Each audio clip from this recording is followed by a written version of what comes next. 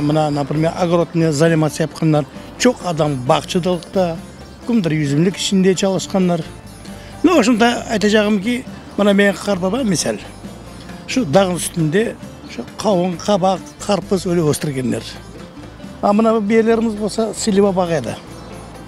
Анеде керазлық, онеде Алматамақ бойындақында үйеді армытлық, өрік, алма, жаның істегеші. Мінеде бір вақтлары Альман еріне катерлер жүргенде бір вақтлары. Сулар яқшы болған екен.